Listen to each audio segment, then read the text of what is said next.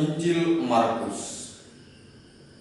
Pada hari pertama dari hari raya roti tidak beragi, pada waktu orang menyembelih domba Paskah, murid-murid berkata kepada Yesus, "Ke tempat mana engkau kehendaki kami pergi untuk mempersiapkan perjamuan Paskah bagimu?"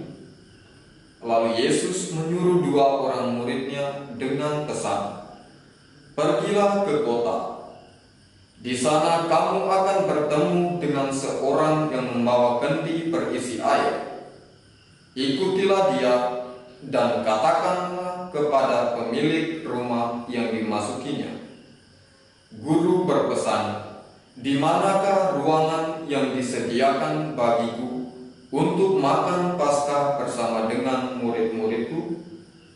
Lalu orang itu akan menunjukkan kepadamu sebuah ruangan yang besar yang sudah lengkap dan tersedia.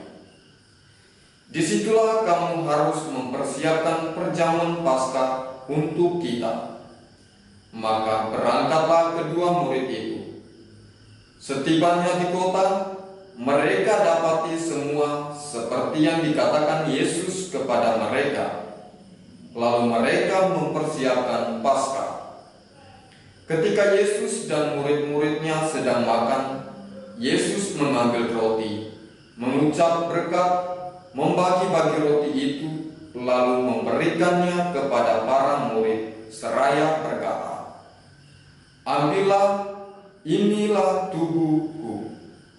Sesudah itu ia mengambil cawan, mengucap syukur, lalu memberikannya kepada para murid, dan mereka semua minum dari cawan itu.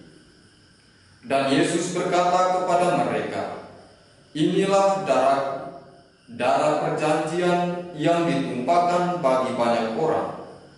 Aku berkata kepadamu, sesungguhnya aku tidak lagi akan minum hasil pokok anggur sampai pada hari aku meminumnya yang baru, yaitu dalam kerajaan Allah." Sesudah menyanyikan lagu pujian, pergilah mereka ke Bukit Zaitun. Demikianlah Injil Tuhan. Pace e bene. Bapak, Ibu, saudara-saudari yang terkasih dalam Tuhan kita Yesus Kristus, selamat hari Minggu untuk kita semua. Pada hari Minggu ini, Gereja Universal merayakan Hari Raya Tubuh dan Darah Kristus. Bacaan Injil yang baru saja kita dengarkan menghantar kita kepada suatu permenungan, yakni wujud nyata kasih Allah kepada manusia dengan memberikan tubuh dan darahnya untuk keselamatan manusia. Bapak, Ibu, saudara-saudari yang terkasih dalam Tuhan kita Yesus Kristus, tubuh dan darah merupakan suatu kesatuan dalam inti manusia. Dalam Injil Markus dikisahkan perjamuan malam terakhir yang dilakukan Kristus dengan para muridnya sebelum Kristus menderita dan wafat demi keselamatan seluruh umat manusia. Dalam perjamuan terakhir, Yesus mengambil roti dan membagikannya kepada muridnya seraya berkata, "Ambillah, inilah tubuhku."